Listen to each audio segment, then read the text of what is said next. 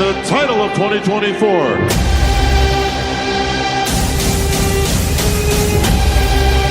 Classic Physique Olympia Champion.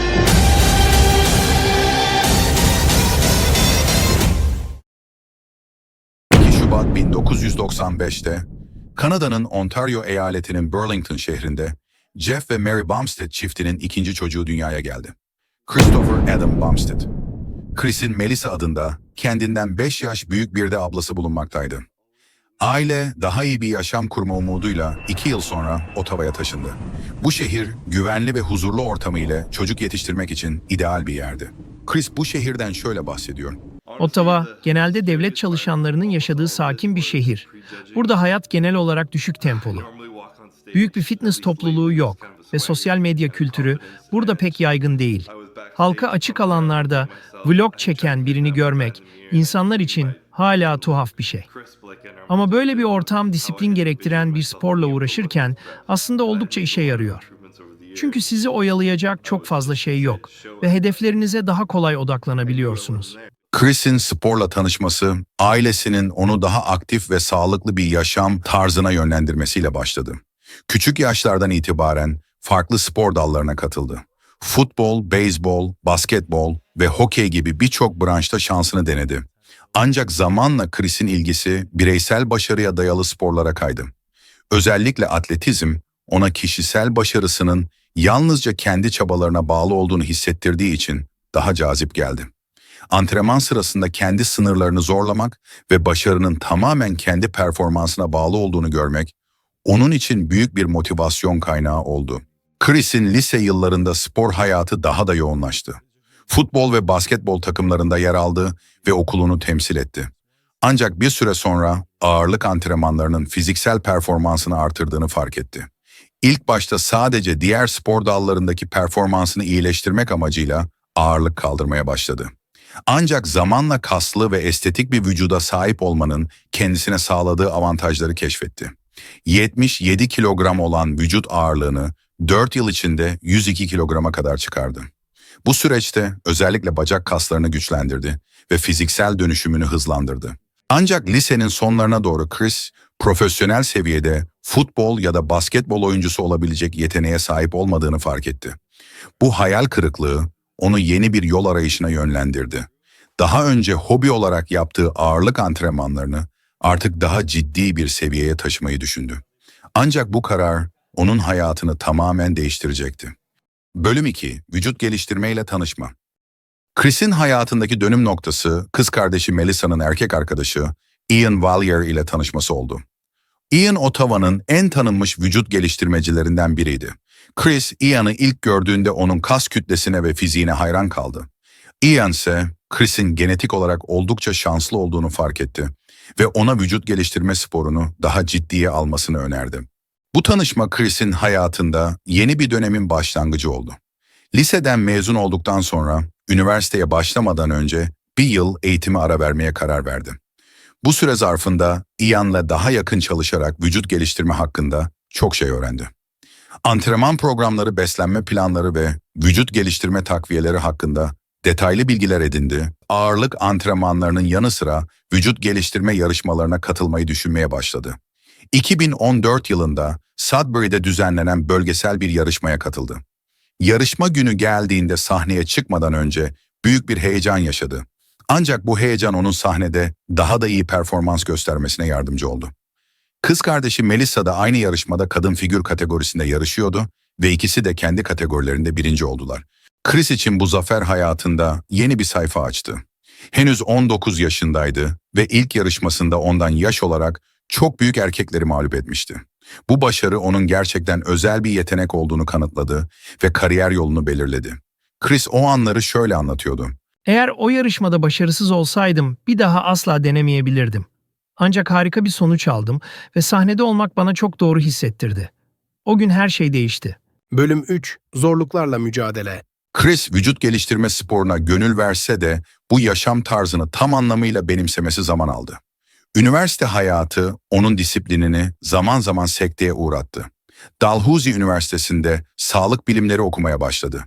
Ancak dersler ve sosyal hayat antrenman programını aksatmasına neden oldu. Özellikle yarışma dönemleri dışında disiplinini kaybettiği zamanlar oldu. Ancak en büyük zorluk Chris'in sağlığıyla ilgili sorunlar yaşamasıyla başladı. Üniversite 2. sınıftayken vücudunda aşırı su tutulumu fark etti. Doktorlar bu durumun nedenini uzun süre bulamadılar. Vücudu şişiyor ve normal haline dönmekte zorlanıyordu. Bu belirsizlik Chris'i derinden etkiledi. Bir süre eğitimine ara vermek zorunda kaldı ve eve döndü. Chris için bu dönemde en büyük destek ailesinden ve Ian'dan geldi. Özellikle Ian Chris'in antrenmanlarına devam etmesini ve sağlığını ön planda tutmasını öğütledi. Bir süre sonra doktorlar Chris'e Berger hastalığı teşhisi koydular. Bu hastalık böbreklerdeki bir sorun nedeniyle vücudun su tutmasına neden oluyordu. Tedavisi olmayan bu hastalık Chris'in hayat boyu dikkat etmesi gereken bir durumdu ve toparlanması zaman alacaktı. Bölüm 4. Profesyonelliğe geçiş. Sonunda toparlandığında hayatında büyük bir karar verdi. Üniversiteyi bırakıp tüm enerjisini vücut geliştirmeye adamak istiyordu. Arkasında ailesinin ve sevdiklerinin desteği vardı. Bu destek onun Mr. Olympia hayaline ulaşmasında büyük rol oynayacaktı.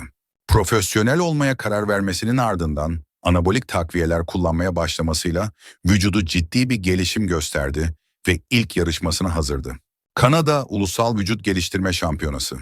Chris 2015 yılında Kanada Ulusal Vücut Geliştirme Şampiyonası'nda genç ağır siklet kategorisinde birinci oldu. Bir yıl sonra açık ağır siklet kategorisinde ikinci sırayı aldı. Ancak asıl büyük çıkışı 2016 yılında Kuzey Amerika Şampiyonası'nda geldi. Burada ağır siklet kategorisinde birinci olup IFBB Pro kartını kazandı.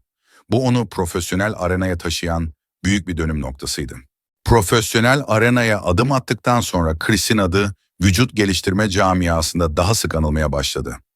2017 yılında Toronto Pro yarışmasında klasik fizik kategorisinde ilk profesyonel çıkışını yaptı ve birinci oldu. Bu zafer Chris'i klasik fizik kategorisinin en umut verici sporcularından biri haline getirdi. Artık sadece yerel yarışmalarda değil, uluslararası arenada da adından söz ettiren bir sporcu olmuştu. Bölüm 5. İlk Olimpiya. Chris'in Mr. Olympia sahnesine çıkışı bir mucize değildi. Her gün aynı rutine uyanmak, her kas lifini adeta bir heykeltıraş gibi yontmak, yüzlerce antrenman, diyet ve fedakarlık. Ancak ilk sahneye çıkışı beklediği gibi kolay olmadı. Rakipleri arasında dünyanın en iyileri vardı. Sadık bir koçu olan ve aynı zamanda eniştesi olan Ian Valieri, Chris'in yanında durarak ona son dakika tavsiyeleri veriyordu. Unutma Chris, buraya tesadüfen gelmedin. Bunu hak ettin. Sadece sahneye çık ve kendin ol. Chris başını salladı. Sahnenin arkasındaki gerginlik, insanların gözlerindeki baskı, yanından geçen devasa rakipler. Ancak bunlar Chris'i yıldırmadı. O kendi yolundaydı. Chris sahneye adım attığında ışıklar üzerine vurdu. O an yıllardır kurduğu hayalini düşündü. İlk Mr. Olympia sahnesinde yer almak. Pozlarını vermeye başladığında sahneden sadece kas kütlesi değil, estetik ve zarafet de yayıldı. Klasik fizyoloji kategorisinin özünü tam anlamıyla yansıttı. Seyirciler Chris'in duruşundaki o klasik havayı fark etmişti. Arnold döneminin zarafeti, modern dönemin gücüyle birleşmiş gibiydi. İlk yarışmasında Chris Bumstead ikinci oldu. Birçok kişi için bu bir başarıydı, ancak Chris için bu bir başlangıçtı. Podyumda ikinci olarak ilan edildiğinde yüzünden bir gülümseme eksik olmadı. Çünkü bir şey çok netti. Chris Bumstead'in hikayesi daha yeni başlıyordu. Ve o sahneden indiğinde kendine bir söz verdi. Bir gün bu sahneye çıkacağım ve şampiyon olarak geri döneceğim. Bölüm 6. Aşk ve ilham. Chris'in hayatında bir diğer dönüm noktası 2017 Arnold Classic sırasında gerçekleşti. Eski bikini olimpiya şampiyonu Courtney King ile tanıştı ve kısa sürede ikili arasında bir bağ oluştu. Courtney Chris'in hayatında sadece bir partner değil, aynı zamanda en büyük destekçilerinden biri oldu. Onun motivasyonu ve sevgisi Chris'in kariyerine daha güçlü bir şekilde odaklanmasına yardımcı oldu. İlişkileri her iki tarafında kariyerlerinde büyük başarılar elde etmesine katkı sağladı. Courtney Chris'in zorluklar karşısında pes etmemesini sağladı ve ona duygusal destek oldu. Chris için bu ilişki sadece aşkı değil, aynı zamanda ilham ve güç kaynağını da temsil ediyordu. Bölüm 7. Sağlık sorunları. Chris 2018 Olimpiya hazırlıklarına her zamanki gibi büyük bir motivasyonla başladı. Daha önceki yıl ikinci olduğu için bu kez hedefi netti, şampiyon olmak. Ancak yarışmaya haftalar kala beklenmedik bir şey oldu. Vücudu onu yarı yolda bırakmaya başladı. Her şey yolunda giderken aniden vücudunda aşırı su tutulumu ve şişkinlik belirtileri ortaya çıktı. Başlangıçta bunun sadece bir diyet veya antrenman değişikliğiyle ilgili geçici bir sorun olduğunu düşündü. Ancak durum daha da kötüleşti. Chris birkaç gün içinde 7-8 kilo kadar su tuttuğunu fark etti. Bu bir vücut geliştirmeci için korkutucu bir durumdu. Çünkü yarışma zamanı yaklaştıkça fiziksel formunun en iyi seviyede olması gerekiyordu. Su tutulumu sadece estetik görünümü bozmakla kalmaz, aynı zamanda sahnede kondisyonunu da etkileyebilirdi. Bunun üzerine hemen doktora gitmeye karar verdi. O anları şöyle anlattı. O doktordan içeri girdiğimde korkudan titriyordum. Bu çok açıktı. Sonuçta Vegas'a uçuşuma 5 gün kalmıştı. Uçağa binip binemeyeceğimi bile bilmiyordum. Olimpiyada yarışıp yarışamayacağımı da. Hatta bir daha vücut geliştirme yapıp yapamayacağımı bile bilmiyordum. Çünkü ne duyacağımı gerçekten bilmiyordum. İlk başta doktorlar da durumun kaynağını belirlemekte zorlandılar. Kan testleri, idrar testleri ve diğer birçok analiz yapıldı. Sonunda Chris'e Berger hastalığı teşhisi konuldu. Bu böbreklerin içinde biriken ve iltihaba yol açan bir antikorun neden olduğu kronik bir böbrek hastalığıydı. Bu hastalık zamanla böbrek fonksiyonlarını zayıflatabilir ve böbreklerin kandaki atıkları filtreleme yeteneğini azaltabilir. Chris bu anı şöyle anlatıyor. Biyopsi sonuçları geldiğinde hayatımda bir dönüm noktası oldu. Doktorlar bana otoimmün bir hastalığım olduğunu söylediler. Daha önce de bazı belirtiler yaşamıştım ancak hiçbir zaman bu kadar şiddetli olmamıştı. Kortikosteroid tedavisi başladım ve bağışıklık sistemimi baskılamak için daha dikkatli olmam gerektiğini öğrendim. Elbette bu süreç kolay olmadı ama geriye dönüp baktığımda bana ne kadar güçlü olduğumu ve zorluklarla başa çıkabilecek kapasitem olduğunu gösterdi. Bu süreç, gelecekte karşılaşabileceğim daha büyük zorluklara hazırlıklı olmamı sağladı. Chris teşhisin ardından bir karar vermek zorundaydı. Ya yarışmadan çekilecek ve sağlığına odaklanacaktı ya da tüm zorluklara rağmen yarışmaya devam edecekti. Bu noktada kendisine bir söz verdi. Yapabileceğim her şeyi yapacağım ve asla pes etmeyeceğim. Hastalığa rağmen antrenmanlarına ve yarışma hazırlıklarına devam etti. Ancak bu süreçte diyetini ve yaşam tarzını tamamen değiştirmek zorunda kaldı. Su tutulumunu azaltmak için diyetini sıkı şekilde düzenledi. Daha düşük tuz ve su dengesini koruyan bir beslenme programına geçti. Chris için bu teşhis yıkıcı bir haberdi. Henüz genç yaşta böylesine ciddi bir sağlık sorunuyla yüzleşmek zorunda kalmak, onun zihinsel olarak da büyük bir mücadele vermesine neden oldu. Bir yandan olimpiyaya hazırlanırken, diğer yandan bu hastalığın etkileriyle başa çıkmaya çalışıyordu. Doktorları hastalığın ilerlemesini yavaşlatmak için ilaç tedavisine başlamasını önerdi. Ancak bu ilaçların bazı yan etkileri vardı ve Chris'in vücut geliştirme kariyerini etkileyebilecek türdeydi. Chris bu dönemde en büyük desteği ailesinden ve Courtney'den aldı. Onun için bu hastalık sadece fiziksel bir engel değil, aynı zamanda zihinsel bir dayanıklılık testi haline geldi. 2018 Olimpiya sahnesi. Her şeye rağmen savaşmak. Yarışma günü geldiğinde Chris Bumstead sahneye çıkmaya hazırdı. Ancak vücudu geçmiş yıllardaki kadar formda değildi. Sağlık sorunları yüzünden kas kütlesinde kayıplar yaşamıştı ve en büyük rakibi olan Brian Ansley karşısında zorlu bir mücadeleye girdi. Onca zorlu süreçten sonra nihayet o an gelmişti. Chris için podyum zamanıydı. Pozlarını vermeye başladığında kendini bir masalda gibi hissettiğini söylüyordu. Sonuçtan çok süreçten podyumda bulunduğu anlardan zevk almaya bakıyordum. Karşısına çıkan onca engele rağmen bize sahnede sadece kas kütlesi değil, mükemmel bir estetik görünüm sergiliyordu. Ama geçen senenin de şampiyonu Brian Ansley de bir o kadar iyi görünüyordu. Sonuç açıklandığında Chris yine ikinci olmuştu. Bu kez de şampiyon olamamıştı. Ancak bu yarışma Chris için bir kayıp değil, hayatının en büyük zaferlerinden biriydi. Çünkü o tüm zorluklara rağmen pes etmemiş, sahneye çıkmış ve mücadele etmişti. Bölüm 8. Bir dominasyonun başlangıcı. Chris çok geçmeden 2019 Olimpiya hazırlıklarına başlamıştı. Son yarışmasında ikinci olmuş birinciliği kaçırmanın verdiği acıyı derinden hissetmişti. Ancak Chris için en büyük meydan okuma sahnedeki rakipleri değil sağlığıydı. Böbrek hastalığı nedeniyle ciddi sağlık problemleri yaşamıştı. Yorgunluk, halsizlik ve sürekli bir ağrı hissiyle mücadele ediyordu. Doktorlar ona daha temkinli olması gerektiğini söylüyordu. Ancak Chris'in içinde yanan ateş başkaydı. O şampiyon olmayı kafasına koymuştu. Yeni sürecin ilk antrenmanından sonra soyunma odasında aynaya baktığında kendi kendine şu sözü verdi. Bu yıl her şeyi değiştireceğim. Bedenimi de zihnimi de en güçlü versiyonuma dönüştüreceğim. Hazırlık kampı başladığında Chris kendini tamamen disipline adadı. Her gün saatlerce süren antrenmanlar yapıyor, diyetini milimetrik hassasiyetle uyguluyordu.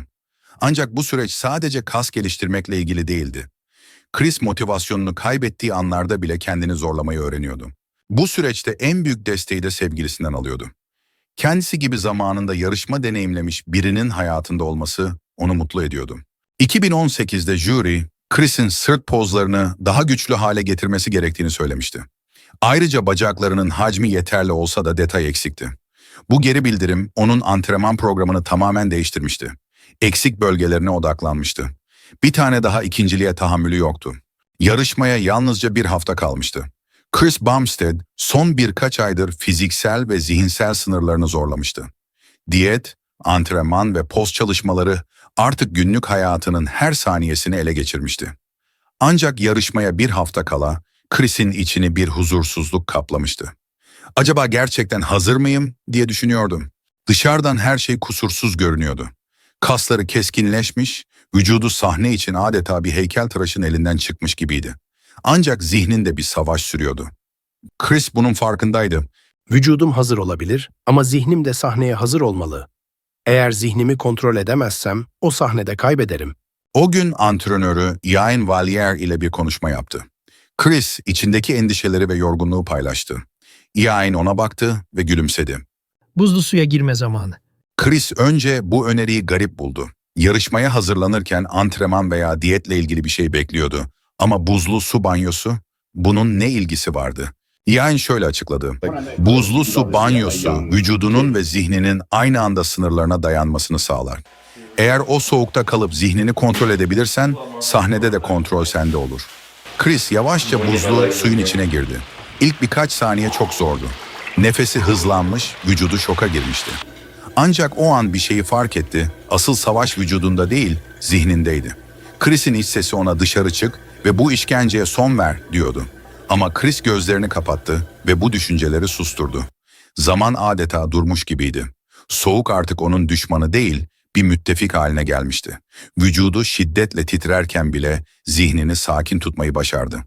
Bu sahnede yaşayabileceği herhangi bir stresi kontrol edebilme yeteneğini geliştiriyordu. Podyum günü. I'm just like cold and my bones are cracking right now. I feel really awkward.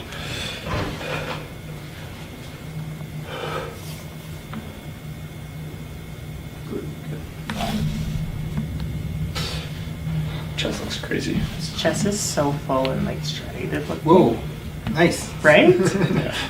Oh my gosh, so much better than when I even saw him last. Right. Holy shit. Look at his hamstring, like up on the left. Yeah. It's crazy. That's perfect. Yeah. Big difference from last year. Oh my god, yeah.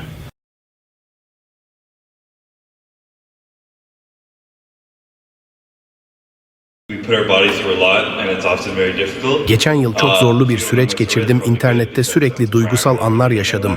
Ancak arkamda harika bir ekibe sahip olduğum için gerçekten çok minnettarım. Sağlıklıydım, hazırlık sürecim sorunsuz geçti. Bu yüzden bu yıl tamamen yeni bir görünüm sergilemek ve daha önce hiç görülmemiş bir şey sunmak için gerçekten çok heyecanlıyım.